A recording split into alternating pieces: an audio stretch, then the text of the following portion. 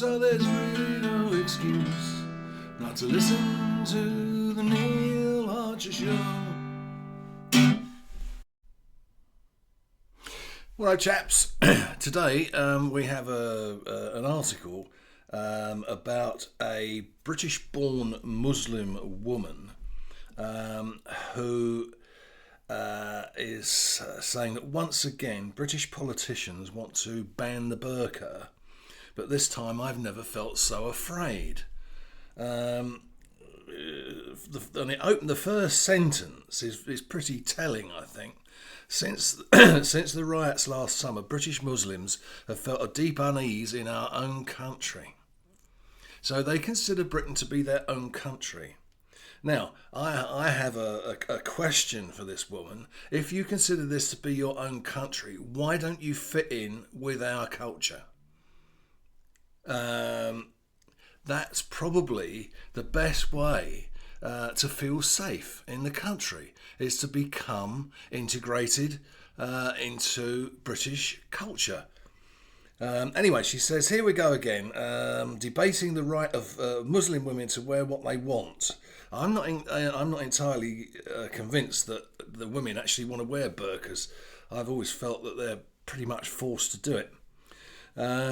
Last week, the Reform UK MP Sarah Pochin, I think I'm pronouncing that right, asked the Prime Minister Keir Starmer if he planned to follow other European countries and prohibit burqas.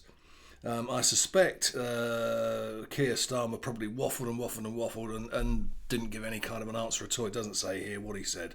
Then the leader of the opposition, Kemi Badenoch, called for bosses to be able to ban the burqa in the workplace, following the example of the former Labour Minister Jack Straw, who in 2006 sparked the first burqa debate by asking constituents at his surgeries to remove their face coverings.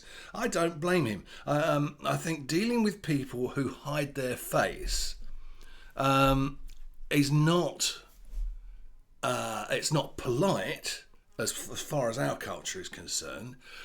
There's plenty of room for it to be abused in different ways, i.e. you could be talking to a man rather than a woman. The whole thing is kind of very much against the type of society in which we live.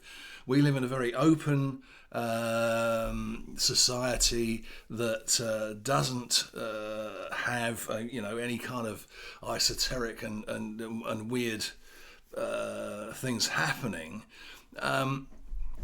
So as I say, my advice to anybody like this woman is to stop trying to be what you were in your parents' country. I mean, you might have been born here, but you've been brought up by parents that are still wanting to live within the culture of their own country. If that's the case, go back. If that's what you want, go back. If you want to live here, then I think you should embrace the British way of life and try your best to fit in. Anyway, that's it for today. Thank you very much indeed for joining me. Well done if you got this far, and I will see you on the next one. Cheers for now.